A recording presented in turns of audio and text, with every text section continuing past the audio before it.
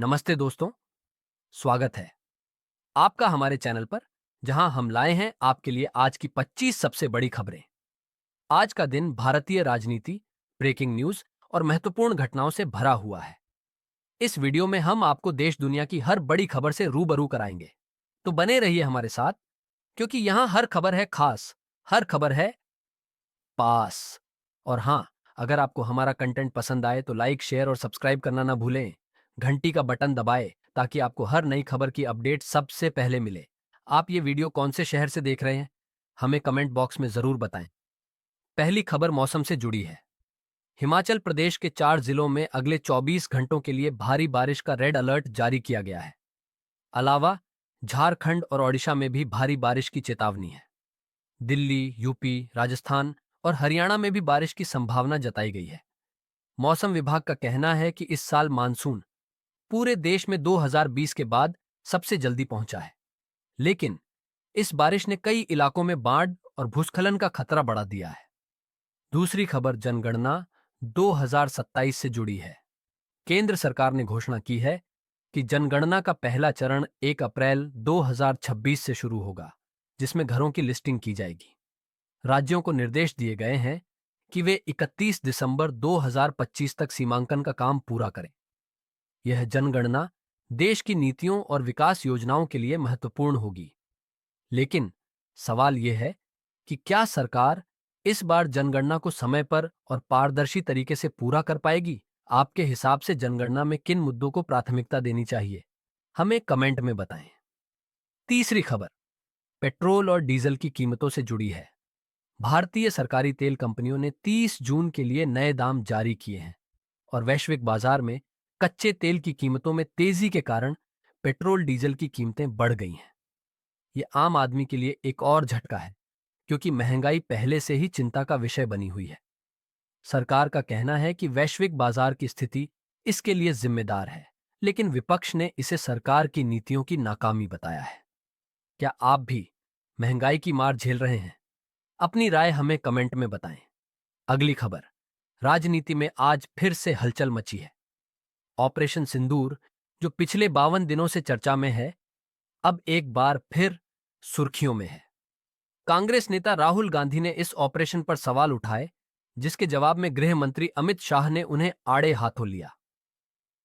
राहुल गांधी ने कहा कि ऑपरेशन में पारदर्शिता की कमी है, जबकि अमित शाह ने इसे राष्ट्रीय सुरक्षा का मसला बताते हुए विपक्ष पर राजनीति करने का आरोप लगाया। इस मुद्दे ने संसद में गर्मागर्म बहस को जन्म दिया है। क्या यह विवाद सरकार और विपक्ष के बीच नई खाई पैदा करेगा? अगली खबर, उत्तर प्रदेश में समाजवादी पार्टी और बीजेपी के बीच जुबानी जंग तेज हो गई है। सपा प्रमुख अखिलेश यादव ने योगी सरकार पर कानून व्यवस्था को लेकर सवाल उठाए। उन्होंने कहा कि यूपी में अपराध बढ़ रहे हैं और सरकार केवल प्रचार में व्यस्त है। जवाब में मुख्यमंत्री योगी आदित्यनाथ ने कहा कि सपा के शासनकाल में यूपी अराजकता का गढ़ था और अब राज्य में शांति और विकास है। ये जंग क्या 2027 के चुनावों को प्रभावित करेगी? अगली खबर, विपक्ष ने एक बार फिर केंद्र सरकार पर महंगाई और बेरोजगारी को लेकर हमला बोला है।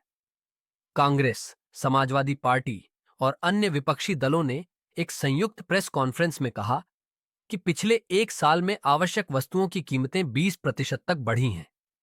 इसके अलावा युवाओं में बेरोजगारी दर 8.5% तक पहुंच गई है। विपक्ष का कहना है कि सरकार की नीतियां कॉरपोरेट्स को फायदा पहुंचा रही हैं, जबकि आम जनता पर बोझ बढ़ रहा है। जवाब में बीजेपी प्रवक्ता ने कहा कि सरकार ने कई योजनाएं शुरू की हैं, जैसे कि स्टार्टअप इंडिया और मेक इन इंडिया, जो रोजगार के अवसर पैदा कर रही हैं।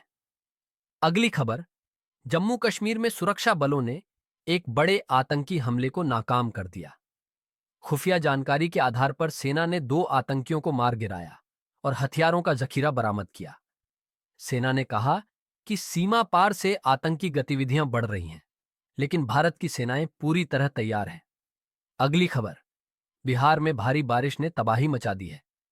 कोसी और गंडक नदियों का जलस्तर खतरे के निशान से ऊपर है, जिससे दर्जनों गांव जलमग्न हो गए हैं। एनडीआरएफ और एसडीआरएफ की टीमें राहत और बचाव कार्य में जुटी हैं, लेकिन स्थानीय लोग सरकार की तैयारियों से नाखुश हैं। मुख्यमंत्री नीतीश कुमार ने केंद्र से विशेष सहायता की मांग की। क्या बिहार इस संकट से जल्द उबर पाएगा? अगली खबर आ रही है उत्तर प्रदेश से, जहां राष्ट्रपति द्रौपदी मुर्मू 2 दिवसीय दौरे पर हैं।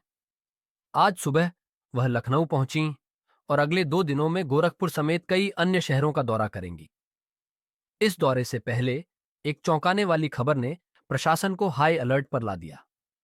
15 एयरपोर्ट्स, जिनमें गोरखपुर भी शामिल है, को बम से उड़ाने की धमकी मिली है। हालांकि प्रशासन ने तुरंत कार्रवाई की और सुरक्षा व्यवस्था को और सख्त कर दिया। राष्ट्रपति का यह दौरा कई मायनों में महत्वपूर्ण है, क्योंकि वह कई सामाजिक और सांस्कृतिक कार्यक्रमों में हिस्सा लेंगी। क्या यह दौरा उत्तर प्रदेश की राजनीति में नई हलचल लाएगा? हमें कमेंट्स में बताइए। दोस्तों, ये थीं आज की 25 सबसे बड़ी खबरें। अगर आपको हमारा ये न्यूज़ बुलेटिन पसंद आया तो लाइक करें, शेयर करें और चैनल को सब्सक्राइब करें। हम फिर मिलेंगे अगली बार। तब तक के लिए नमस्ते और जय हिंद।